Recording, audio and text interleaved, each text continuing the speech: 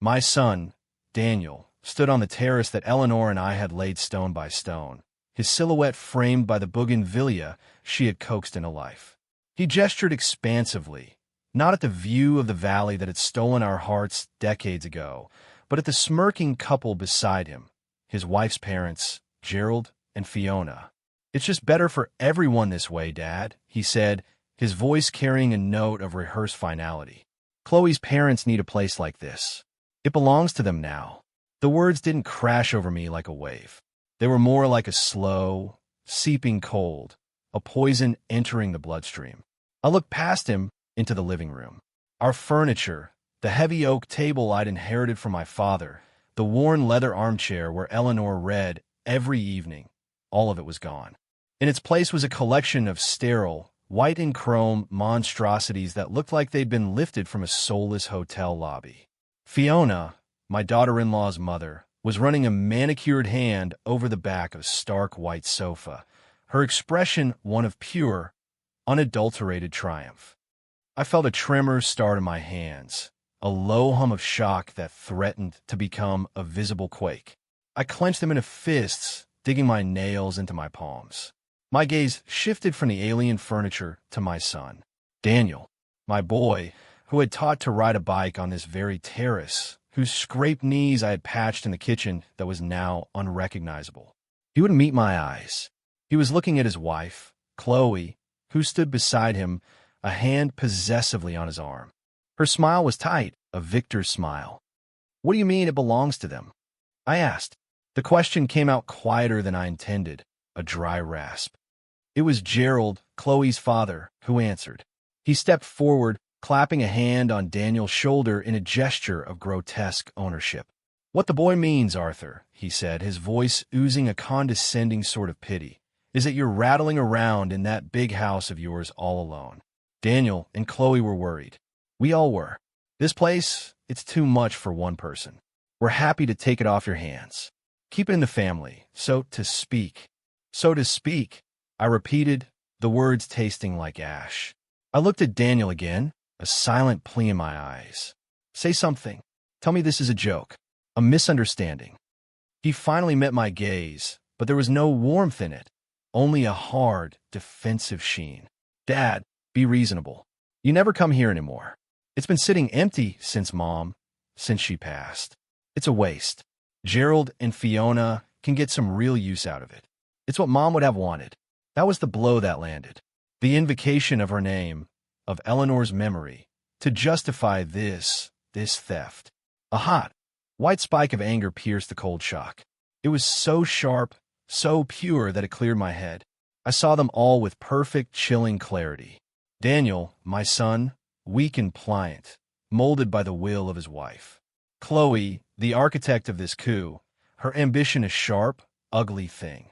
And her parents, the vultures, smug and victorious, already measuring the drapes. I didn't shout. I didn't argue.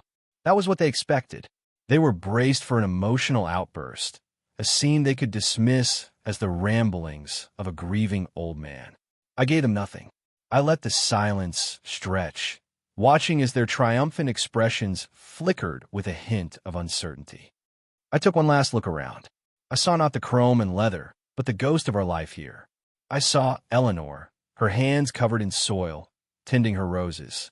I saw a 5-year-old Daniel chasing a ball across the lawn. I saw decades of laughter and love and quiet contentment being erased, painted over with the cheap varnish of their greed. Then I turned my back on them. I walked away without another word. I felt their eyes on my back, a mixture of relief, confusion, and contempt. Let them think they had one. Let them settle into their stolen castle. A foundation built on betrayal is no foundation at all. It's just sand. And I, a man who had spent his life understanding structure, knew exactly how to bring it all down. The drive back to the city was a long, silent blur.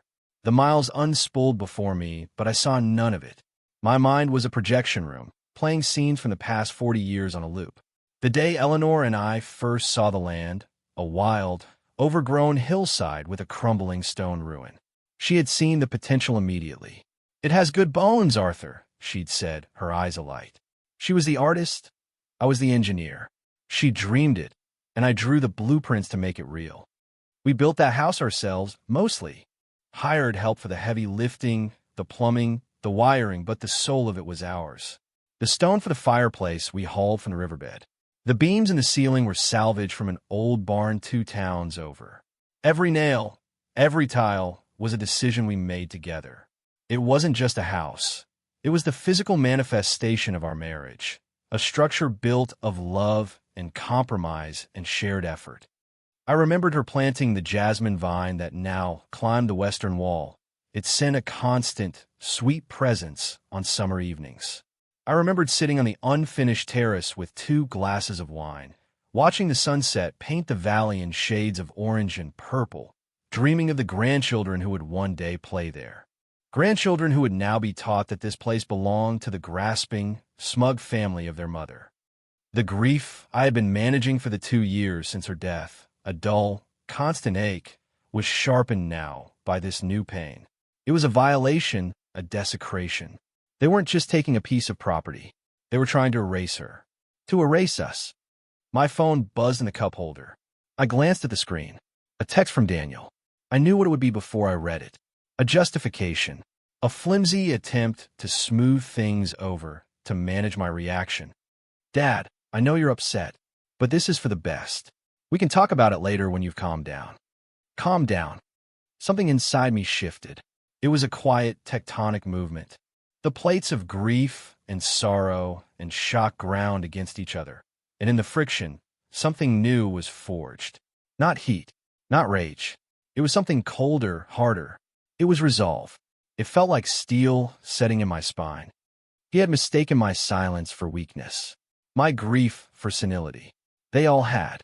They saw an old man, lost in his memories, an obstacle to be managed and pushed aside. They had no idea who I was.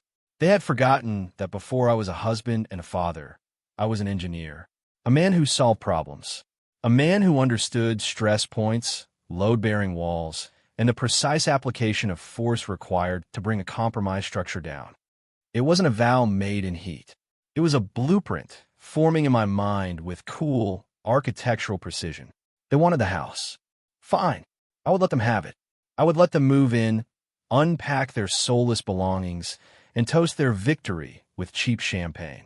I would give them just enough time to feel secure, to believe the castle was truly theirs.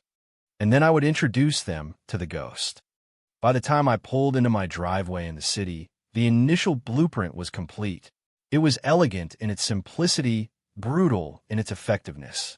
There would be no shouting matches, no messy legal battles fought in public. This would be a quiet, methodical dismantling. A war fought not with lawyers in courtrooms, but with whispers in the dark. I walked into my study, the room that had always been my sanctuary, and sat at the large drafting table that had been my partner for 40 years. I pulled out a fresh sheet of vellum and a set of pencils. My hands, which had trembled with shock just hours before, were now perfectly steady. I began to draw. I drew the floor plan of the villa from memory. Every room, every window, every doorway. I knew its bones better than my own. I marked the electrical conduits, the plumbing lines, the hollow spaces behind the walls. I was not drawing a home anymore. I was mapping a battlefield. Phase 1, reconnaissance and confirmation. This was already partially complete. They had made their move. The final provocation, Daniel's text, had removed any lingering doubt, any temptation to find a softer solution. The battle lines were drawn. Phase 2, assembling the team. I wouldn't be able to do this alone. I needed 2 key allies. One for the law, one for the technology. The law would build the fortress walls, the legal framework that would protect my actions and deliver the final, crushing blow. The technology would be the cavalry, the invisible army that would execute the assault. Phase 3, the Trojan horse. The physical installation. This would require precision, stealth, and a plausible excuse to be on the property without raising suspicion. Phase 4, the siege. The psychological operation itself. A campaign of escalating events designed to fray their nerves, turn them against each other, and make the house itself feel hostile and malevolent. Phase 5, the surrender. They would break. Their greed was a brittle thing, not strong enough to withstand sustained, inexplicable pressure.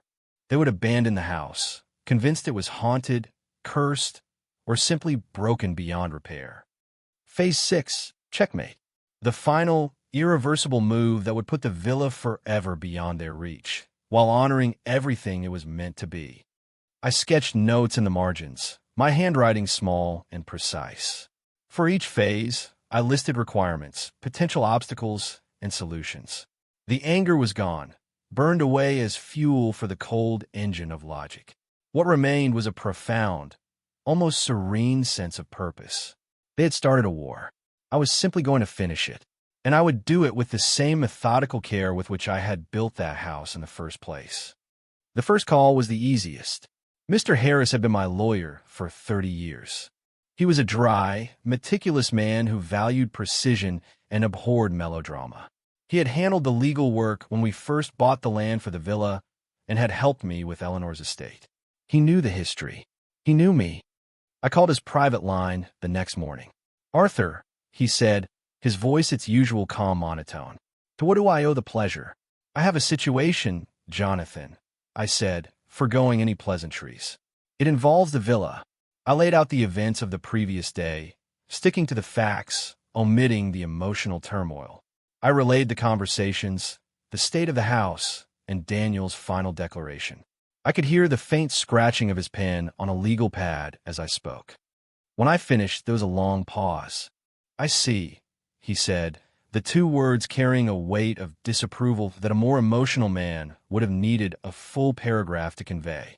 "The property is solely in your name. Eleanor and you held it as joint tenants with right of survivorship. Upon her passing, it became yours entirely. Your son has no legal claim to it whatsoever, nor any right to invite others to reside there, let alone give it to them. This is a simple matter of trespassing." "I'm not interested in a simple trespassing charge, Jonathan," I said. "That's messy. It creates a family drama that will echo for years. I want a different outcome." "What outcome are you seeking?" "I want them to leave of their own volition," I said. "I want them to run from that house. And then, I want to ensure that it is put permanently beyond their reach, or the reach of anyone like them, ever again." Another pause, this one longer. I could almost hear the gears turning in his legal mind. "This sounds specific," he finally said. "Are you suggesting a course of action that is, shall we say, outside of conventional legal maneuvering?" "I'm suggesting building a fortress of paper around my actions," I replied, using a term we both understood. "I need to know that every step I take from here on out is on solid legal ground. I need to know the exact line between harassment and persuasion. I need you to build the walls, Jonathan. I will handle what happens inside them."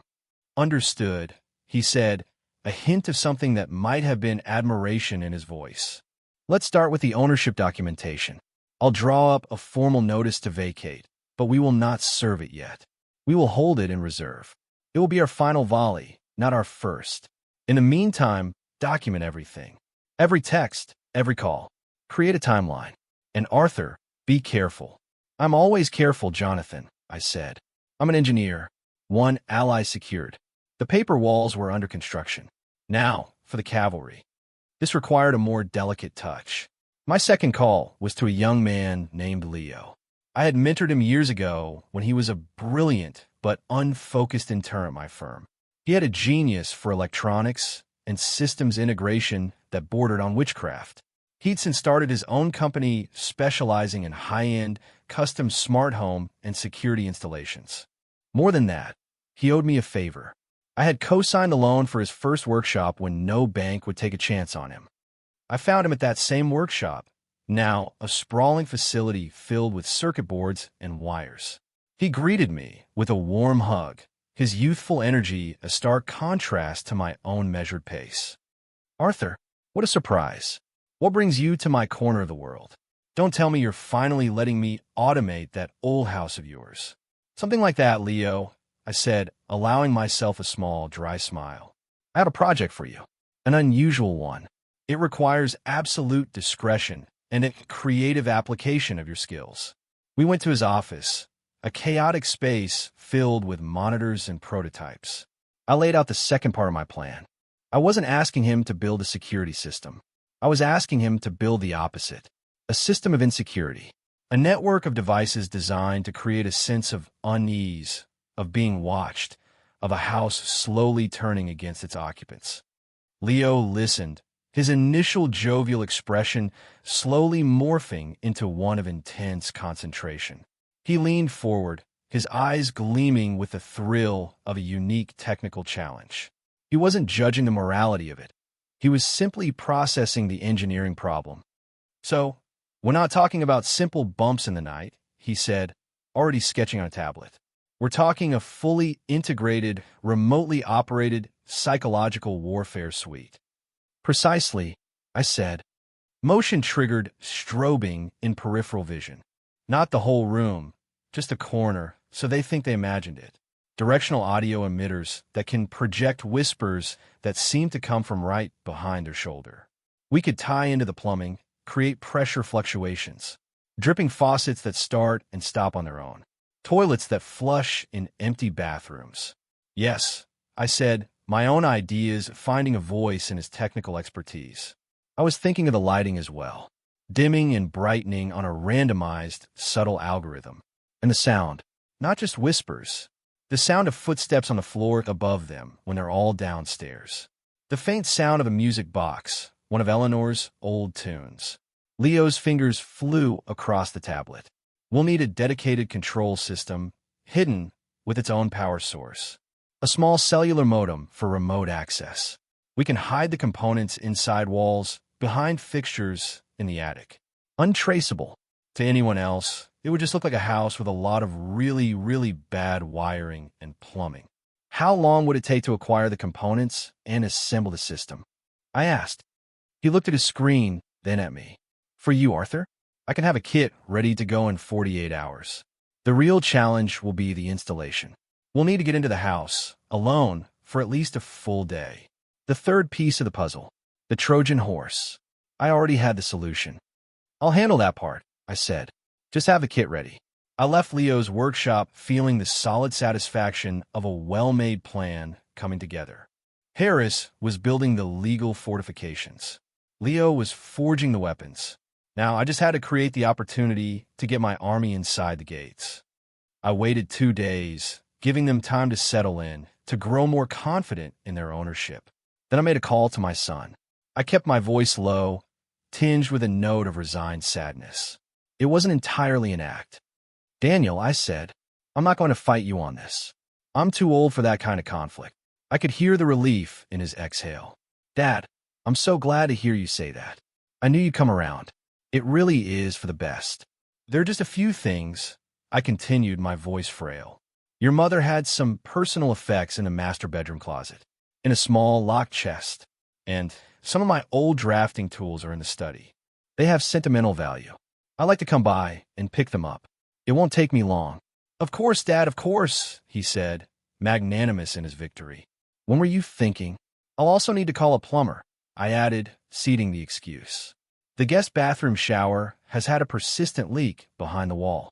I never got around to fixing it. It could cause serious water damage if it's not dealt with. I'd feel terrible if Gerald and Fiona had to deal with that. Oh, right. Yeah, that's really thoughtful of you, Dad. He was off balance. The lie about the leak providing a perfect cover. A problem that needed fixing. So, how about this Saturday? I proposed. I can come in the morning with the plumber, and we can take care of everything at once. We'll be in and out before lunch. You don't even need to be there. Saturday's perfect, he said quickly. A little too quickly. Actually, Chloe and I are taking her parents out for the day. A celebration. The house will be empty. I'll leave the key under the mat. It was too easy. His eagerness to avoid an awkward encounter with me played right into my hands. The blueprint was now complete. The date was set. The Trojan horse was at the gates, and they were about to swing them wide open. Saturday morning arrived cool and overcast, a gray canvas for the day's work. Leo met me at dawn, his van packed with nondescript toolboxes and equipment cases. He was dressed in a set of plausible plumber's overalls. I, in my old work clothes, could have been his aging assistant. "Ready for a house call, boss?" he asked, a conspiratorial glint in his eye. "Let's get to work, Leo," I said. The drive to the villa was the same one I had taken countless times, but it felt different. I was not returning to a home, but to a territory that had to be reclaimed. When we arrived, the house sat silent and still under the gray sky. A brand-new, obscenely expensive luxury car was parked in the driveway. Gerald's, no doubt. A small flag of their conquest. The key was under the mat, just as Daniel had promised. The arrogance of it, the sheer, unthinking confidence was staggering. I unlocked the door, and we stepped inside. The air was stale, already losing the scent of jasmine and wood smoke that had defined it, now tinged with the chemical smell of new furniture and Fiona's cloying perfume. We didn't waste a moment. Leo had the blueprints I had drawn, now annotated with dozens of technical markings. He worked with a quiet, focused intensity that was a beauty to behold. He was an artist in his own medium of wires and code. Our first task was establishing the brain of the system. In the back of a deep linen closet in the main hallway, behind a false panel I had designed years ago to store valuables, we installed the central controller and the independent battery backup. It was perfectly concealed, utterly invisible. From there, we began to run our nerves through the house's arteries. We started in the attic, a hot, dusty space filled with memories. Leo moved like a spider, running whisper-thin wires along the rafters. He placed the first set of directional audio emitters, tiny devices capable of projecting sound with pinpoint accuracy, aiming them in the master bedroom and the guest room below. While he worked above, I tackled the plumbing. I went to the guest bathroom, the site of my fictitious leak. It gave me the perfect excuse to open the wall behind the shower. Inside, instead of repairing a leak, I installed a small, remote-activated solenoid valve on the hot water line. On command, it would choke the flow of hot water to a trickle, then release it again. Simple, infuriating, unexplainable. We worked our way through the house, a silent, efficient team. In the living room, behind a large, garish painting they had hung, Leo installed a device that would emit a low-frequency hum, just at the edge of human hearing, designed to create a vague sense of anxiety and unease. In the kitchen, I discreetly replaced a standard electrical outlet under the sink with a smart one, connecting it to the main system. This would allow us to control the garbage disposal, turning it on for a half-second burst in the middle of the night. The most complex part was the lighting. Leo tapped into the main junction boxes, installing tiny relays that would allow our system to override the physical switches. He programmed the algorithm I'd requested. Not a flicker, but a slow, almost imperceptible dimming and brightening over long, random intervals. Enough to make you question your own eyes. I showed him the hollow space behind the old stone fireplace, a cavity I discovered during construction. It was the perfect spot for the main subwoofer. It wouldn't play music. It would play the sound of a single, heavy footstep, a dull thud that would seem to come from the very heart of the house. For the grand finale, Leo had brought a small, custom-built Pico projector. We mounted it in the upstairs hallway, concealing it inside a smoke detector. It was aimed at the far wall at the top of the stairs. It would not project a clear image, just a fleeting, elongated shadow, like a tall figure passing by an unseen window. It would only trigger on the motion sensor at the bottom of the stairs, and only between the hours of 2 and 4 in the morning. By late afternoon, we were finished. Every wire was hidden, every device invisible. The house looked exactly as it had when we arrived, but it was now fundamentally different. It was no longer a neutral space. It was a weapon waiting to be armed. Leo powered up the system and connected it to the cellular network. On his tablet, a schematic of the house appeared, dotted with green status lights. He handed it to me. "She's all yours, Arthur," he said. "You have full remote control of every system. You can trigger events manually, or you can initiate the pre-programmed sequence. I call it the unwelcome mat." I took the tablet. On the screen, I held the ghost of my house in my hands. I could see the motion sensors, the temperature gauges, the status of every light and every speaker. We packed up our tools, leaving no trace of our true work. As I locked the door, I took one last look at the soulless living room. It was a stage, and the actors would be arriving soon. The show was about to begin. I drove Leo back to his workshop and thanked him. He simply nodded, the satisfaction of a complex job well done evident on his face. He knew he wasn't just a plumber for a day. He was an instrument of a very particular kind of justice.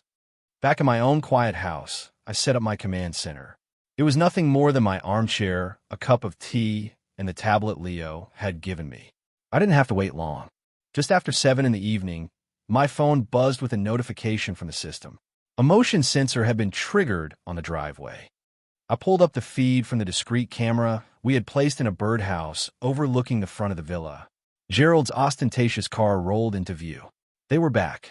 I watched as the 4 of them got out, laughing and talking loudly, flushed with wine from their celebratory outing.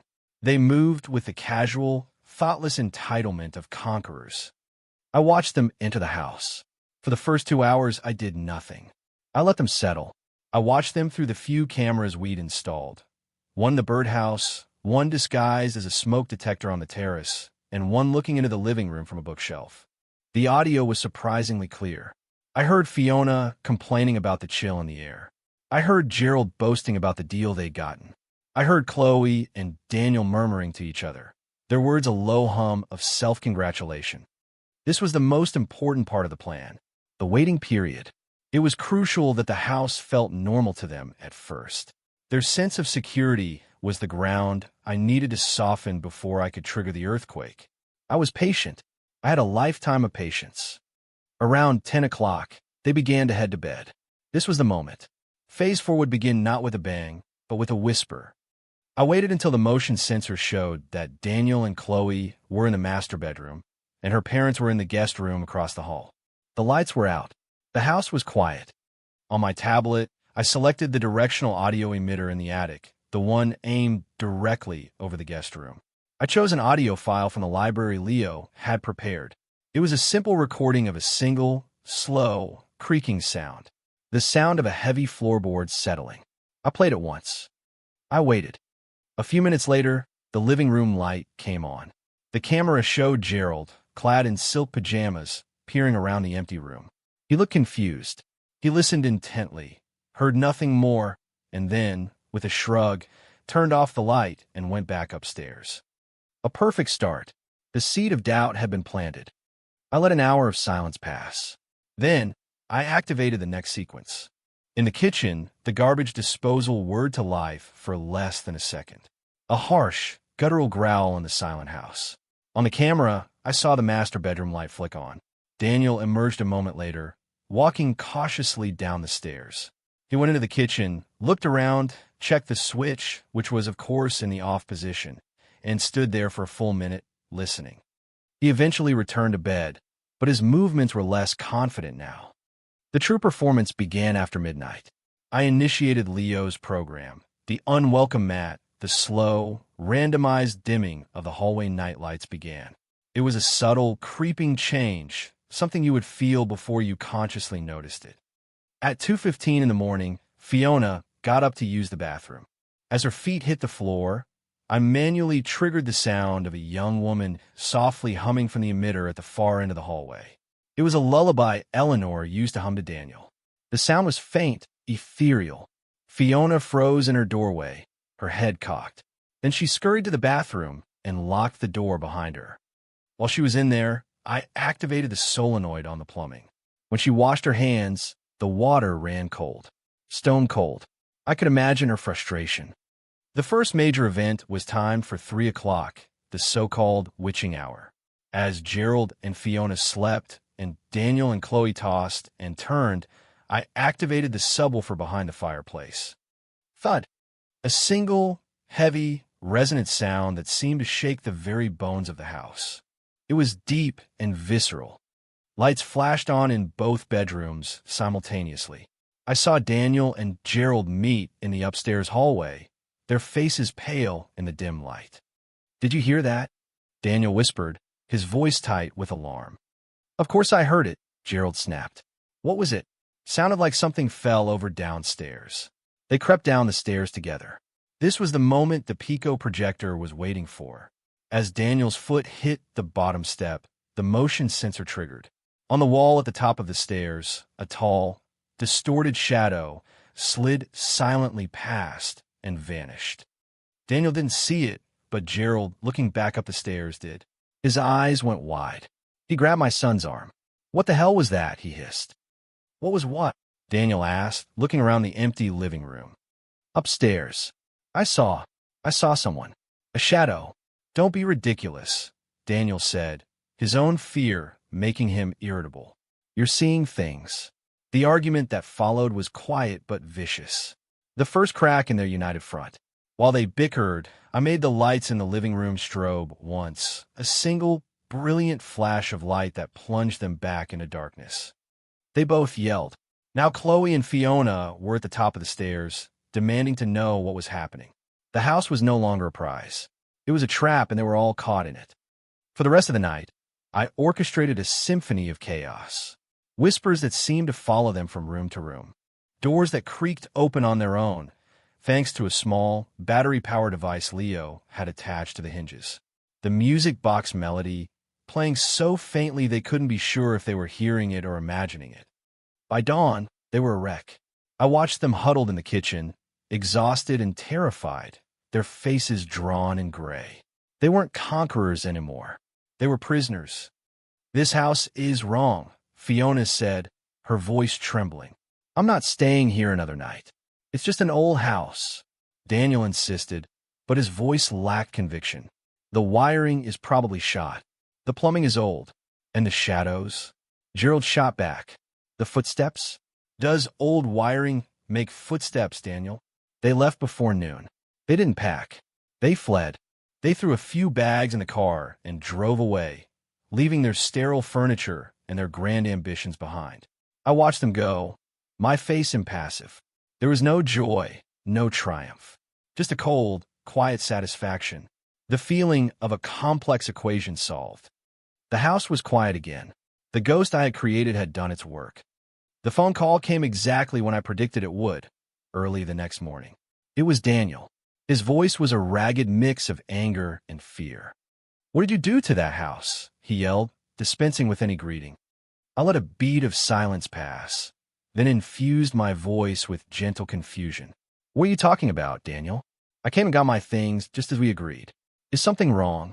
"Wrong? The place is a nightmare. The lights, the noises. Gerald thinks it's haunted. Fiona is hysterical." "Haunted?" I said, my voice a perfect blend of skepticism and fatherly concern. "Son, don't be ridiculous. It's an old house. It makes noises. I told you about the plumbing. As for the wiring, maybe you should have an electrician take a look. These things happen." I was planting the seeds of a rational explanation, one that would lead him down a path of expensive and fruitless repairs. I was giving him a plausible alternative to the supernatural, knowing that the failure of that alternative would only deepen his fear. "An electrician can't explain a shadow walking down the hall," he shot back. "A shadow? Daniel, you all had a long day and a lot of wine. Your mind are playing tricks on you. Get some rest." I was calm, reasonable, the voice of sanity. It infuriated him because he had no way to fight it. He wanted to accuse me, but he had no proof, no logic to his claim. All he had was a terrifying experience he couldn't explain. He sputtered for a few more moments, a mixture of threats and accusations, before hanging up. I knew what would happen next. They would try to reassert control. They would call on the professionals. The locksmith, the electrician, the plumber. This was a crucial part of the blueprint.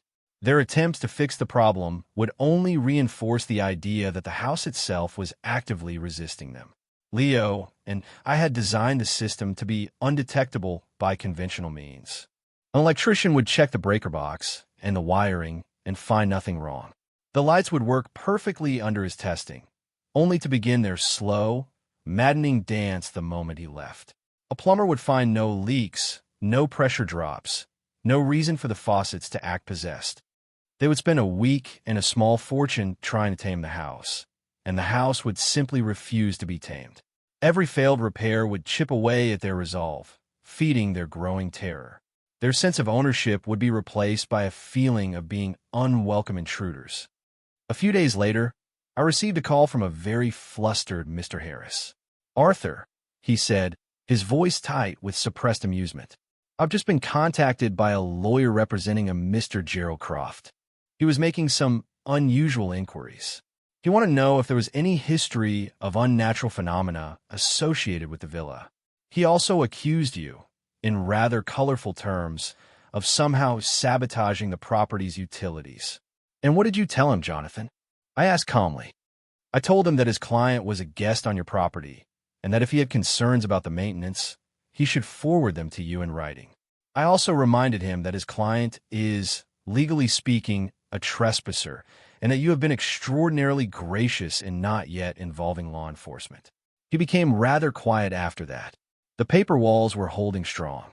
Their attempts to use the law against me had been effortlessly repelled. The final, desperate confrontation came a week after they had fled. My doorbell rang. It was Daniel and Chloe. They looked terrible. Chloe's face was stripped of its usual smugness, replaced by a pale, pinched anxiety. Daniel looked like he hadn't slept in days. They didn't wait for an invitation, but pushed their way inside. "This has gone on long enough," Chloe said, her voice sharp and brittle. "We know you're behind this. Stop it. Just stop it now." I closed the door and turned to face them, my expression placid. "I'm afraid I don't know what you're talking about." "The house, Dad," Daniel pleaded, his anger gone, replaced by desperation. "Please, we can't go back there. Chloe's parents have moved out. They refuse to set foot on the property ever again. Just make it stop."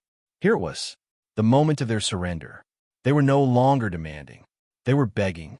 But it was a selfish plea, born of their own discomfort, not of any remorse for their actions. They still didn't understand. "There is nothing for me to stop," I said, my voice even and low. "The house is as it has always been. Perhaps it simply doesn't like you." Chloe's eyes narrowed. The desperation was replaced by a flash of her old venom. "You can't do this.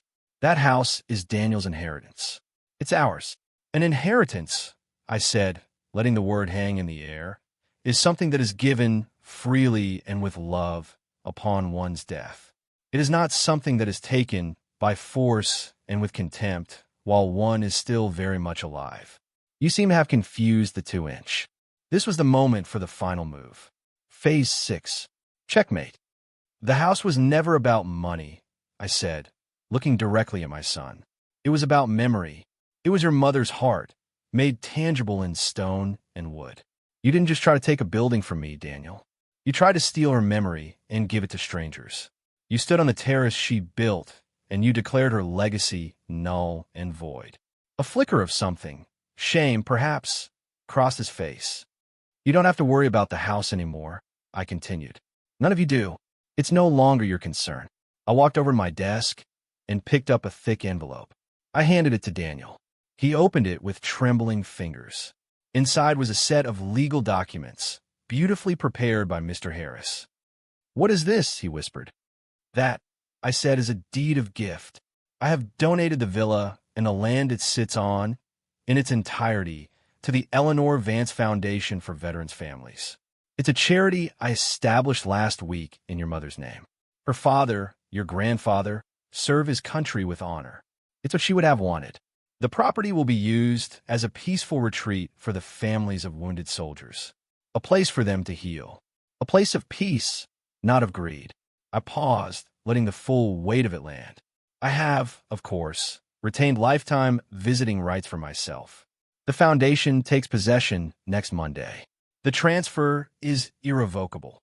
Chloe stared at the papers, her face a mask of disbelief turning to fury. Daniel just sank into a chair, the documents slipping from his grasp. The air went out of him, the last of his entitled bluster deflating into a husk of regret. Total, irreversible, morally righteous. The blueprint was complete. The meeting at Jonathan Harris's office was a formality, but a necessary one. It was the ceremonial closing of the war, the official signing of the surrender. I was there. So was a lovely woman named Mrs. Gable, the newly appointed director of the Eleanor Vance Foundation.